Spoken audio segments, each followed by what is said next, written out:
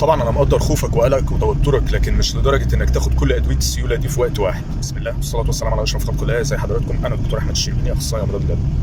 الحقيقه جالي مريض، انا عارف طبعا ومقدر انه كتير من الناس بتبقى دايما خايفه وقلقانه من حدوث الجلطات، بس خوفه وقلقه دفعه لانه ياخد كميه كبيره من ادويه السيوله ما ينفعش اصلا انها تتاخد مع بعض، وخدها كمان بجرعات عاليه جدا، الامر اللي ادى الى انه حصل له نزيف من الجهاز الهضمي، نزيف شديد من الجهاز الهضمي كان بيهدد حياته. الرساله اللي عايز اقولها انه مش اي دوايين سيوله بيتاخدوا مع بعض، حتى لما بناخد دوايين او اكتر مع بعض لازم يبقى بجرعات محدده ولمواعيد محدده. الحد الاقصى في اسوأ الفروض اللي بندي فيها ادويه سيوله هم 3 ادويه سيوله، وكمان بنديهم لوقت محدد، لانه بعد شهر تقريبا بالكتير كمان بنضطر ان احنا نوقف واحد منهم ونمشي على دوايين. زي ما قلت مش اي دوايين بيتاخدوا مع بعض، ومش اي جرعات بتتاخد مع بعضها، لازم تبقى جرعات محدده تحت اشراف طبيبك المعالج. ادعوا لوالدي بالرحمه والمغفره، ادعوا لاهالينا في فلسطين والسودان بالصبر والثبات. دمتم بصحه وعافيه.